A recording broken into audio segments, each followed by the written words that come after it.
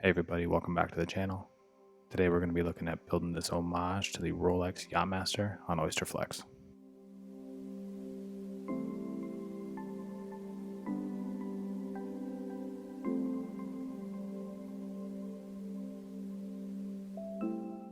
So as always, we're going to need a few components for this build, starting off with the movement.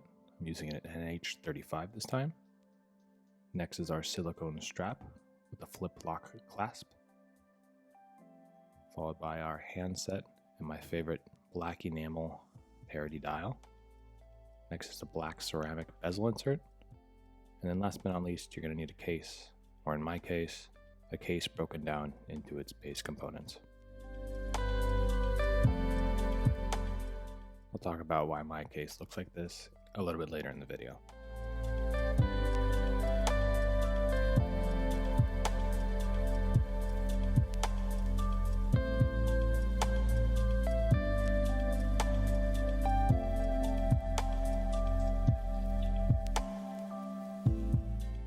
I'm going to start by placing my movement holder down and placing the movement within it.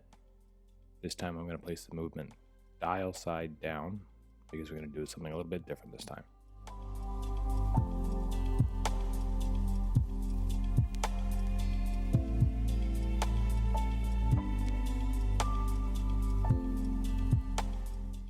What I have here is known as a Timegrapher. It's a machine that listens to the movement and can determine how accurate it is at keeping time.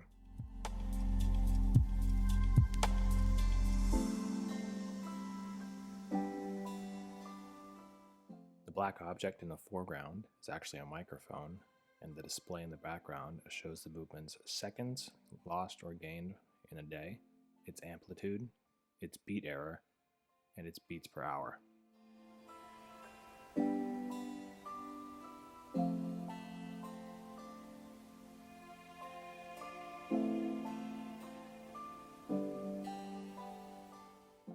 Right now you can see that line on the display is ticking up slightly, so it's showing that we're gaining some seconds per day in this position. I'm going to start by making a small adjustment to try to get rid of the beat error, and I've made it quite worse.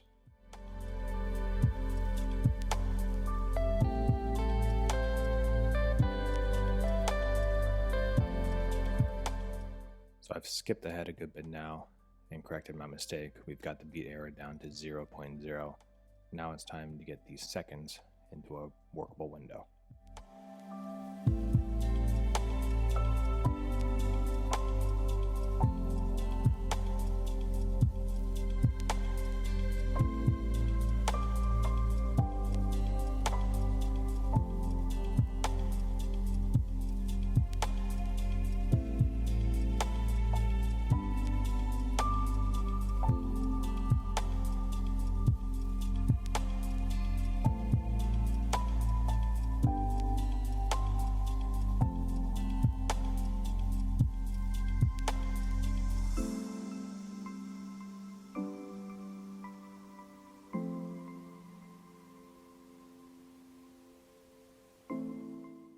You'll see here that the graph is sloping up, and after I make the adjustment, it starts to slope down. You're really making these micro adjustments on these two tabs that regulate the movement, and if you move it just a slightly bit too much, it'll throw it off 30 seconds plus per day.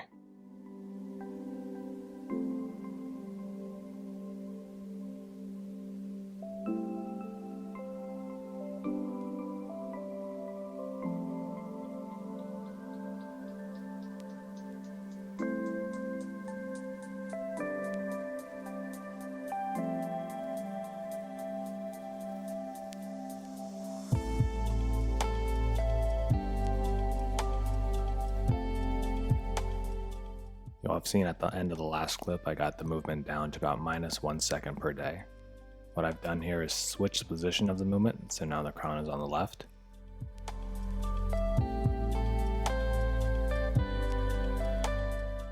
What I like to do is test the watch in a variety of different positions and then take the average from all those positions. I do this because in our daily lives, our watch is constantly moving and changing position.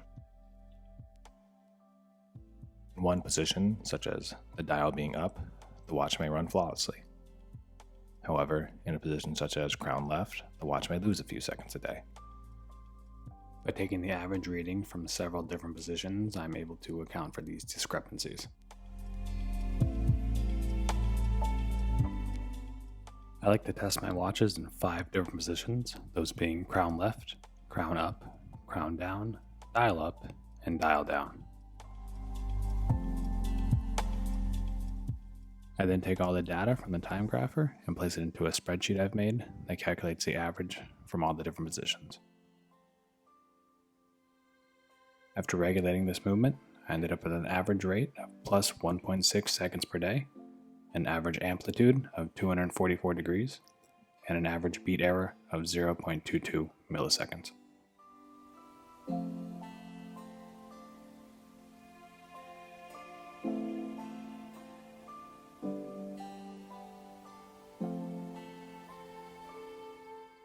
With the movement now regulated, we can get back to the build. We're going to start by flipping over the movement to prepare it for our dial.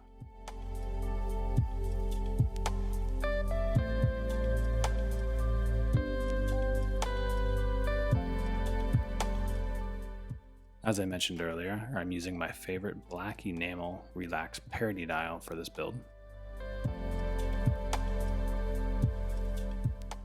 I do really love these dials. The quality is outstanding, and the high gloss finish really makes the dial pop beneath the crystal. I do, however, wish that they made different parities for the different Rolex models, such as the Yacht-Master.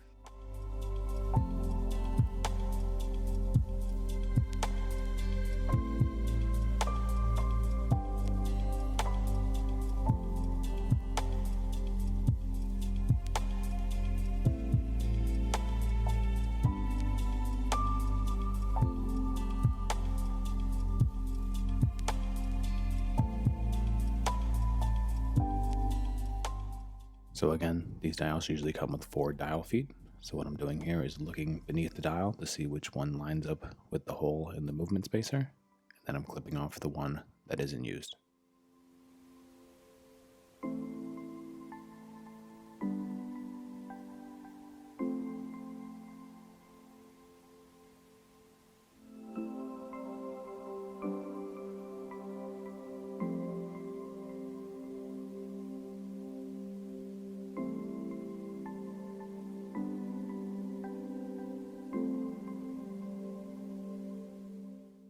And again, repeating the process on the other side.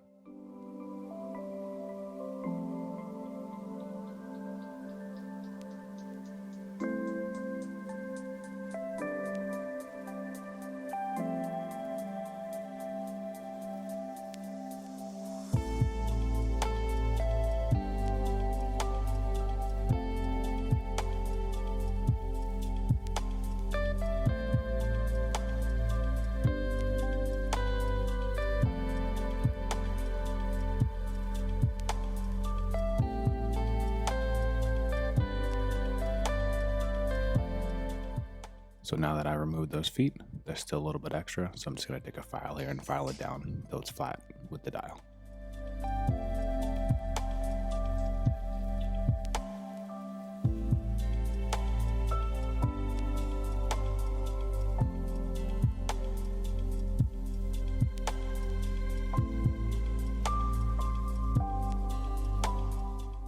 If the extra nubs aren't filed down completely, the dial may be raised on one side once it's placed into the movement, causing contact issues.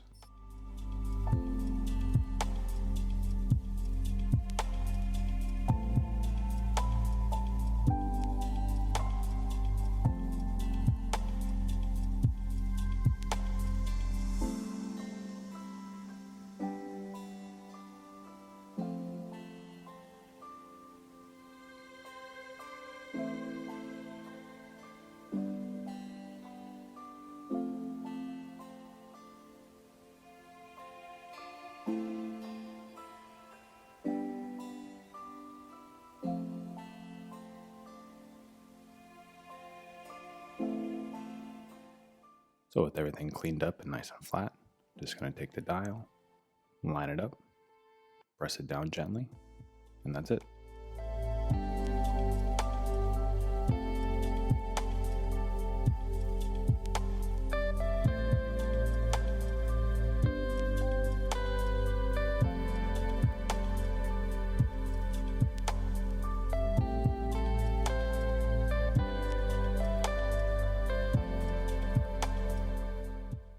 Quickly just blow off the dial to remove any dust here, and we can start looking at getting the hands attached.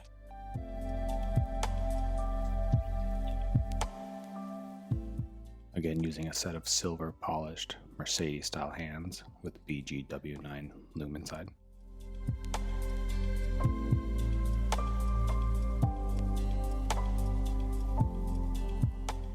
But these hands are special because somehow they defy gravity.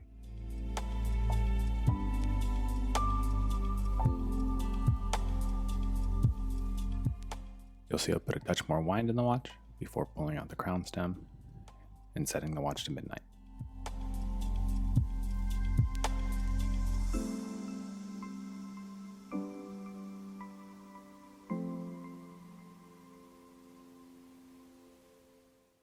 Now that we're at midnight and the date has flicked over, we can start by placing the hour hand.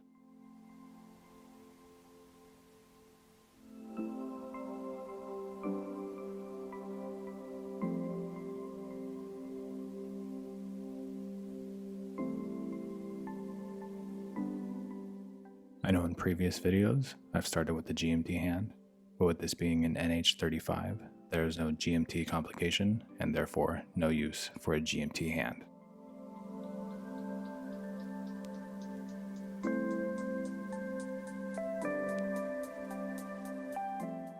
As I struggle to get the hour hand lined up, I think it's important I tell you guys the origins of this watch build.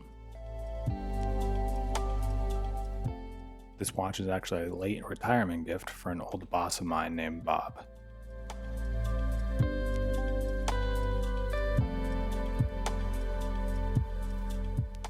I trained under Bob for about 3 months, and in that time he taught me everything he could about the industry he was in, all of his clients, how to respect employees, and a lot more about life.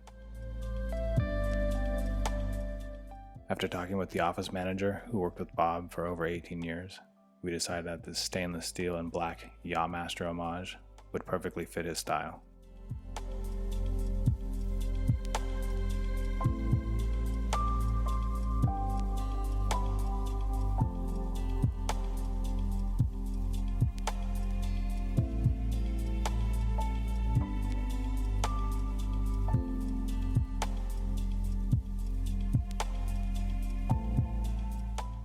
Bob is still very active in his retirement, requiring a rugged sports model watch. In addition, he's an avid fisherman and actually just put in a new pool at his house, so something water related was very apropos.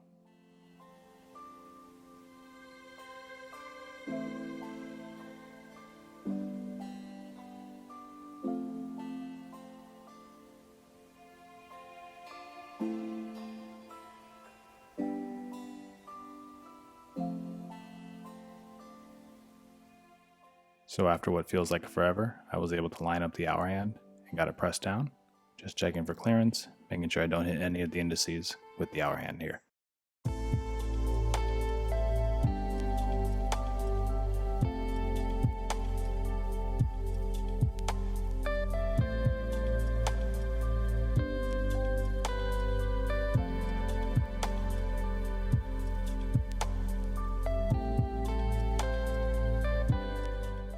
Looks like I still had some clearance to play with, just pressing down the hour hand a little bit further.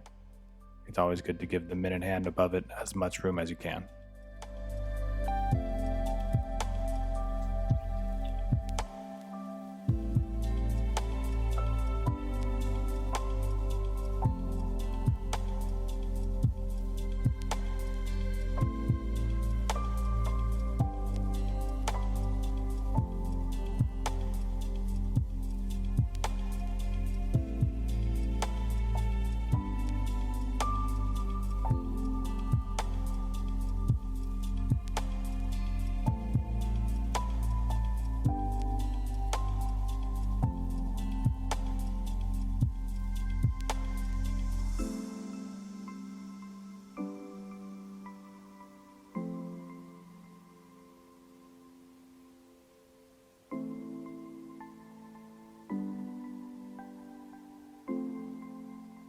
And just like before, once I've got the hour hand set, it's time to move on to the minute hand.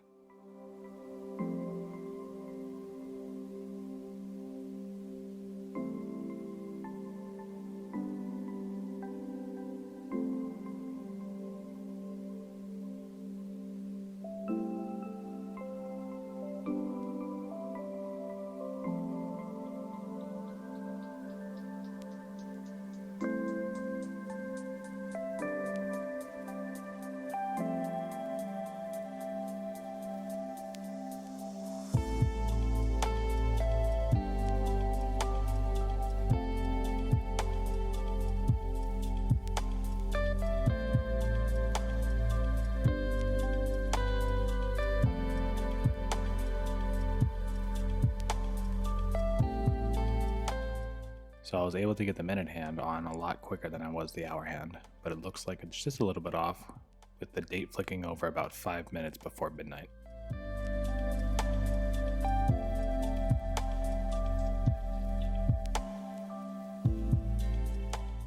I'm going to go ahead here and rotate the date wheel a few times. More often than not, the date wheel tolerances aren't that great, so I should have a better result after doing this.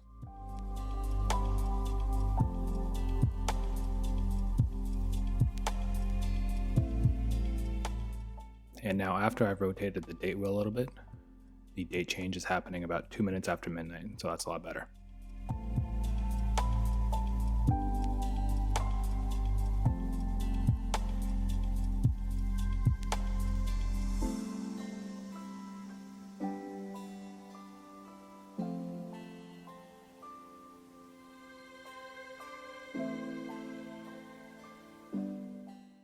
And now I can move on to placing the final hand, the seconds hand.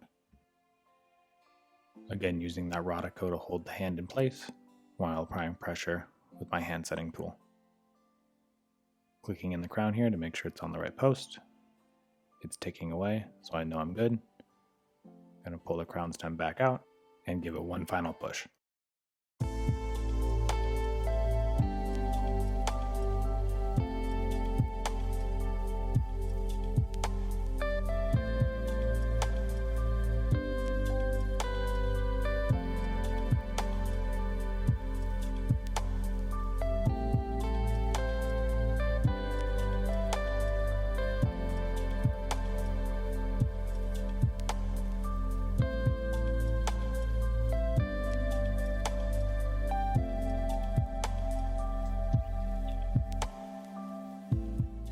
And here, as always, just checking for clearance.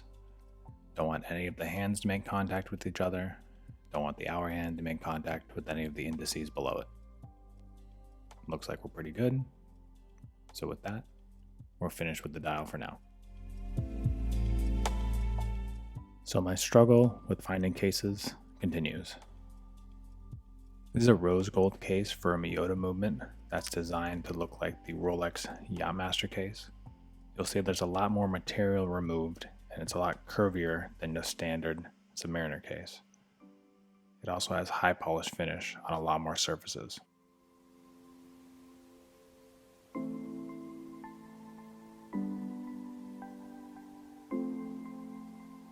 For reference, here's a Submariner or GMT case. You'll see it's a lot chunkier than the previous case and has a brush finish on the lugs. Now I, for the life of me, could not find a Yacht-Master style case with the correct dimensions and polish for an NH35 movement. So what I did was kind of Frankenstein one together. I took a normal Submariner or GMT case, disassembled it, and then asked my good buddy Paul if he could throw a high polish on the lugs for me. And this is the result. It's not a perfect representation of the Yacht-Master case. However, now it does have the high polish on the lugs.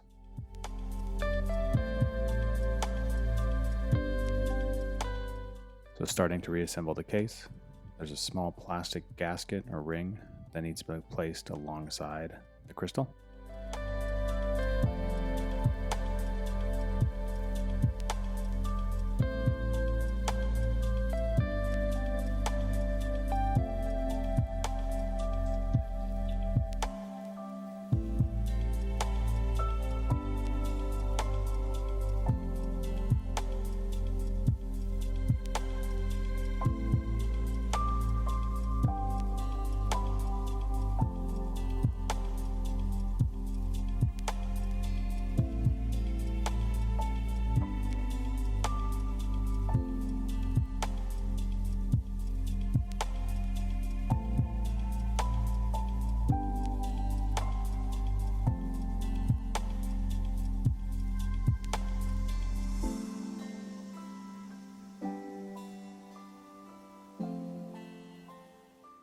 Once that's on, it's time to break out the power tools so we can shave down the click to turn this unidirectional bezel into a bidirectional bezel.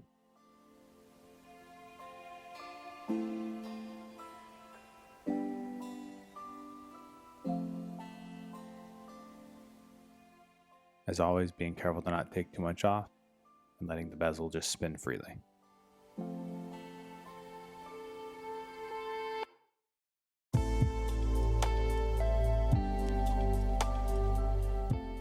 Once that's shaved down, we can take the tiny spring you saw earlier, place it inside the click, and then place that assembly back inside the case.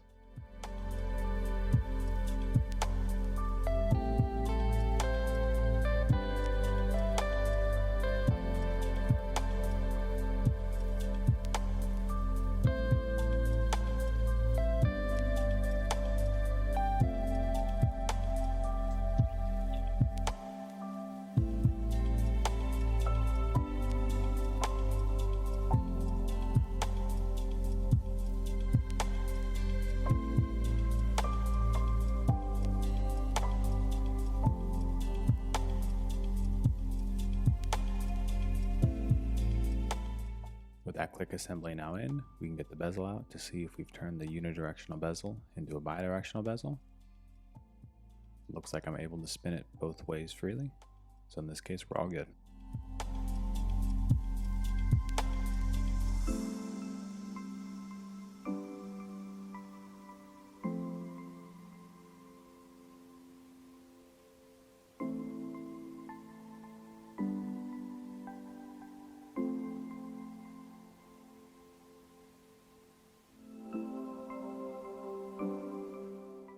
All that's left to do is get this retaining ring back in its place, and that will complete the bezel modification.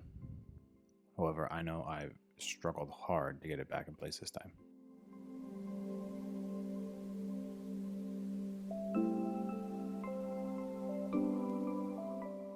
While I try to get this retaining ring back in, I'll tell you some more stories about Bob. Bob was always super generous. I think he either bought me lunch or offered to buy me lunch every day for the 3 months I was with him, training under him. There was also this day after Bob had officially retired and left the business that it was just scorching hot, and by the nature of the industry we were in, the rest of the building was super hot as well as outside, and me and the office manager decided to treat the rest of the employees to those Mexican fruit cups. And then just by happenstance, Bob decided to show up and check in on everybody and make sure everything was still running smoothly. And then when the Mexican fruit cup vendor did show up, Bob decided that he was going to pay for everybody's fruit cup. Bob had no obligation to do this. He had already sold the business. These were no longer his employees, but that's just the kind of man Bob is.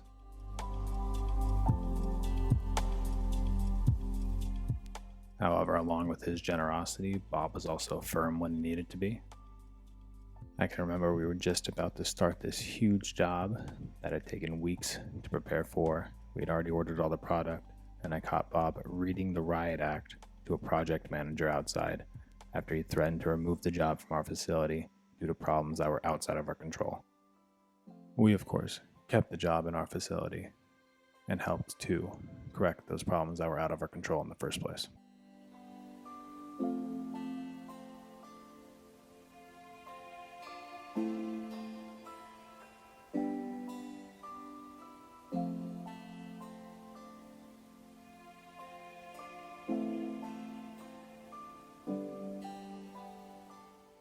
So with that retaining ring finally in, just going to give the crystal a quick cleanup.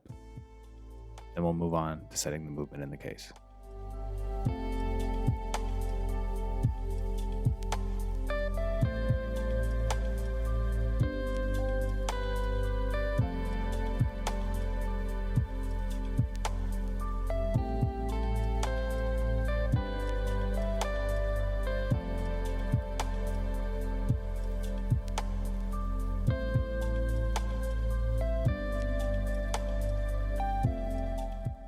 Placing my movement pad down here, I always like to just see that the movement is still taken away after it's been sitting for a little bit. Make sure none of the hands get caught up on each other.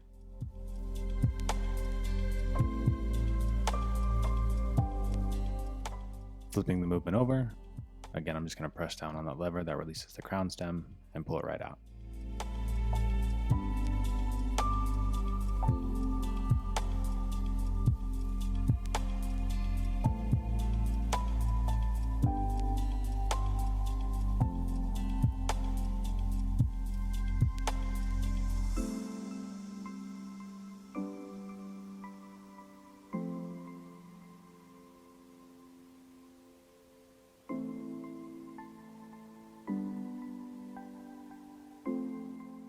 Here we see the seconds hand is still ticking away, so we're all good on that. Just blowing off any dust or debris that may have gathered, even though I keep the movement covered up when it's not in use.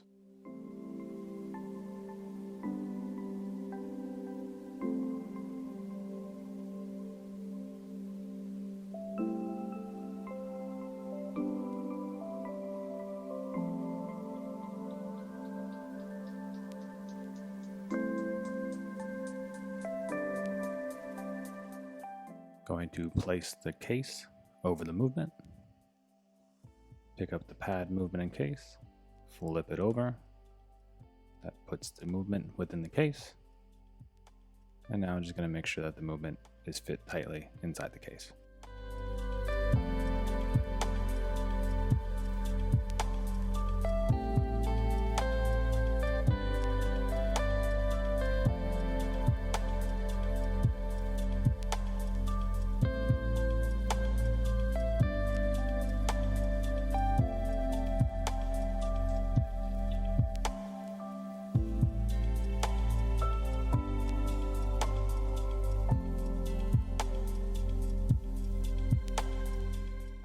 Next step is cutting the crown stem down to the correct length.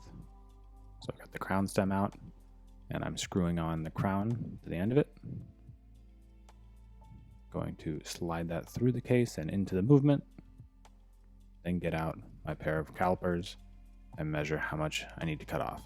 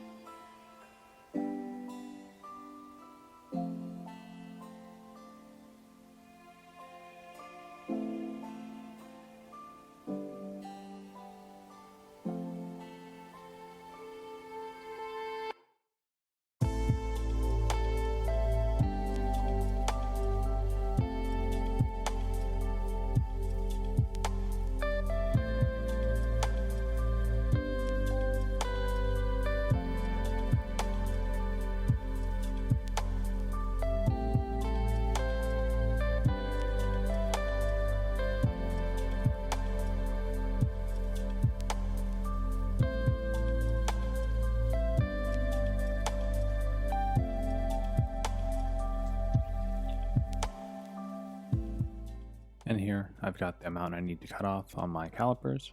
So just lining it all up, using a Sharpie to indicate where I need to make my cut.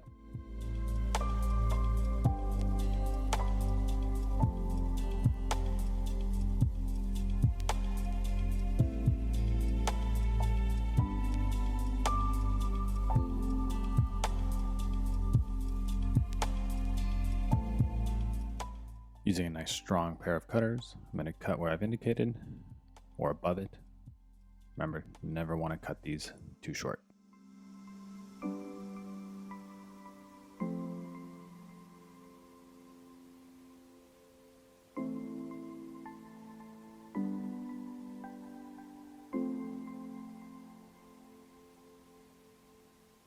Again, breaking out the power tools to cone off the end of the crown stem.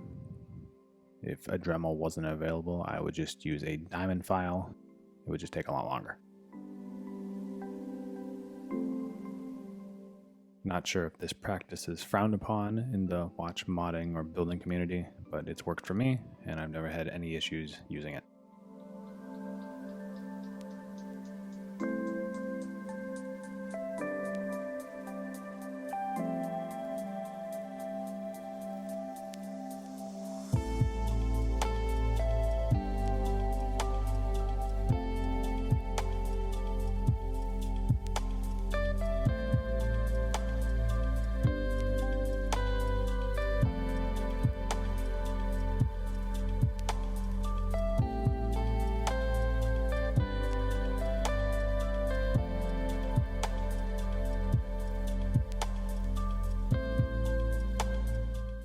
So I've got the crown stem cut down to size, the crown attached to it.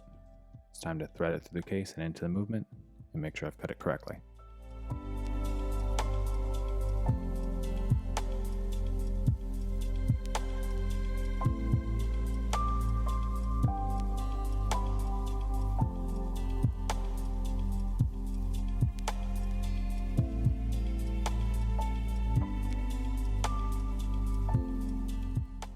See the crown tightens down all the way, so we're good on that front.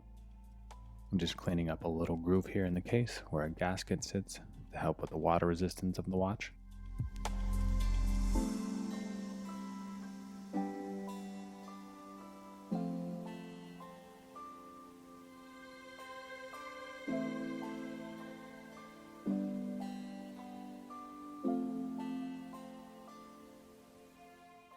It's very important that the entire gasket is in the groove of the case. If the gasket is not in the groove, the case back won't tighten down correctly, affecting the water resistance of the watch.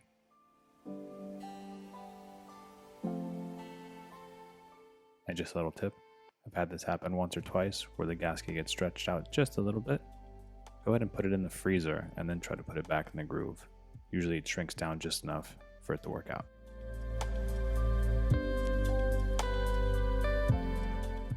And yes, I did have to use the freezer trick on this watch.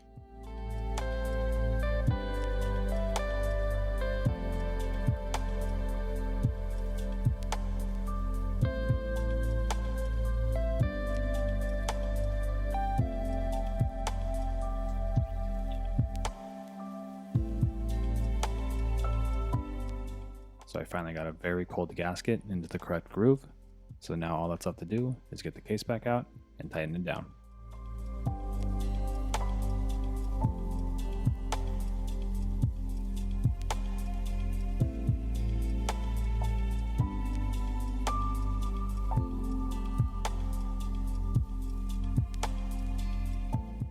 First using a rubber ball to get the case back tightened most of the way, and then I'll get my levered case back tightening tool out to get that final tweak on it. With this watch probably seeing some use on a boat and in the water, it's very important that this is tightened down all the way.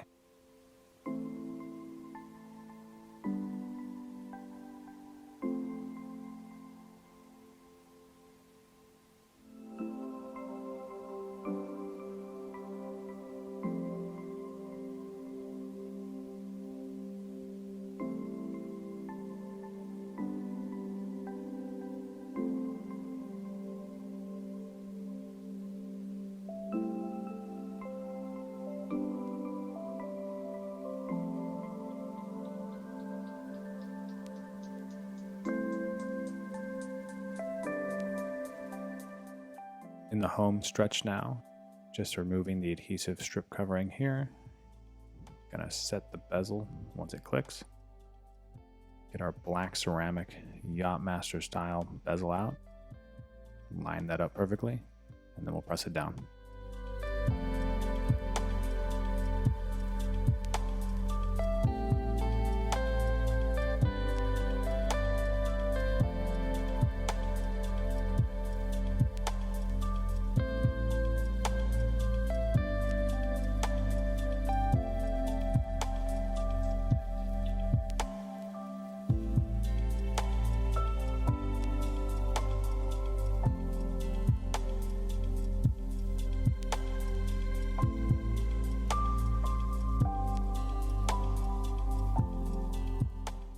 I myself have always been a fan of the rose gold Yacht-Master on Oyster-flex, but I do think this does look very nice, especially with the different glosses of the black on the dial and on the bezel.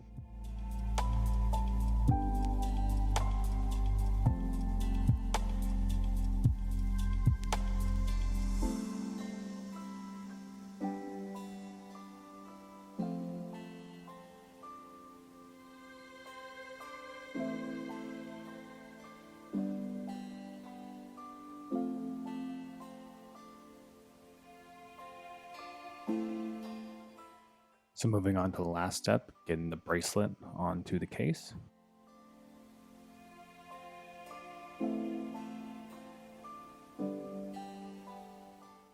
As mentioned before, we'll be using this Oyster-flex style silicone bracelet.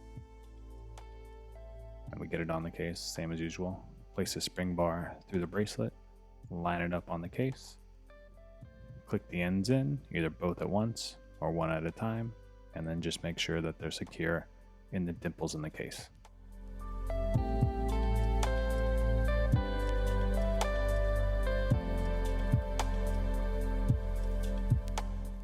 Wiggling them into place here, and then giving the bracelet a tug just to make sure that they're set in position. You'll see, similar to the Rolex bracelet, this also has the bellows to help with the fit and with sweat. However, unlike the Rolex bracelet, this is not equipped for a glide lock system, and instead the user has to make cuts within these grooves before sliding a spring bar through the holes in the bracelet and then placing them into the clasp.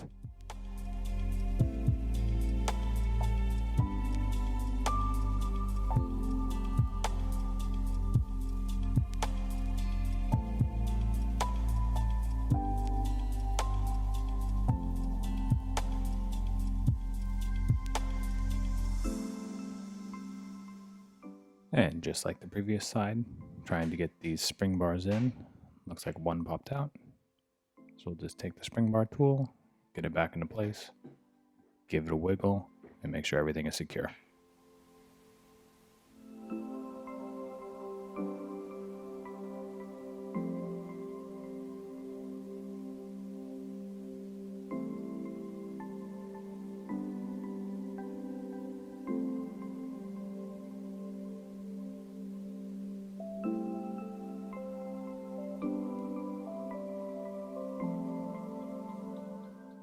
As I mentioned before, this is not a glide lock system, so once the user puts the spring bar into the bracelet, there's some divots and dimples within the clasp that the spring bar will lock into.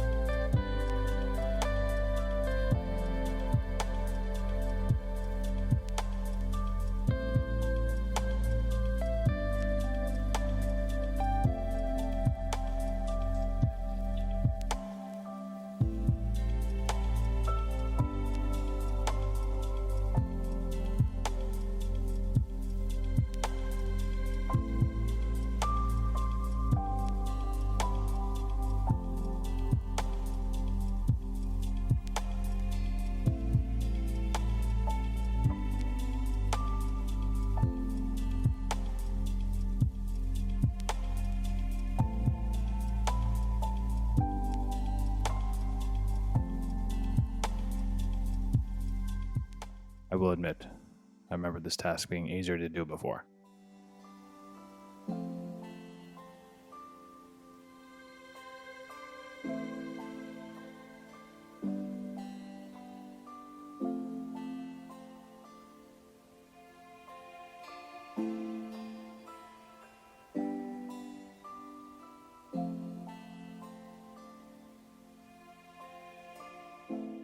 And with that spring bar in and the bracelet now on, that completes our build.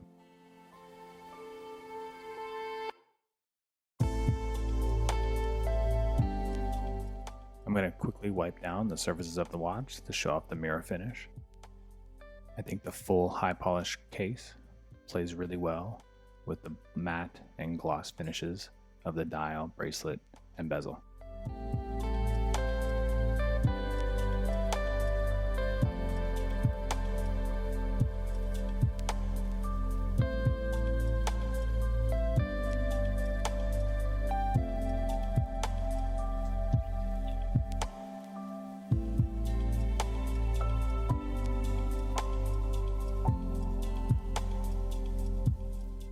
Here's a shot of the watch on wrist, which I think looks perfect. Encountered a couple speed bumps along the way, but we persevered, and overall, I'm very happy with the end result.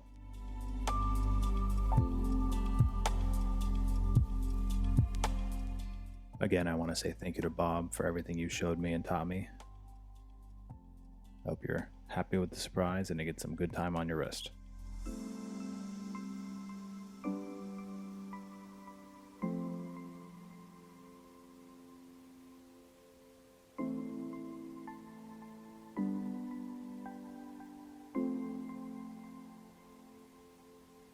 With this being a gift, I decided to go the extra mile and picked up this nice little watch box from Amazon. I encourage anybody who's building a watch for their friend or even their former boss to do the very same, as presentation is everything.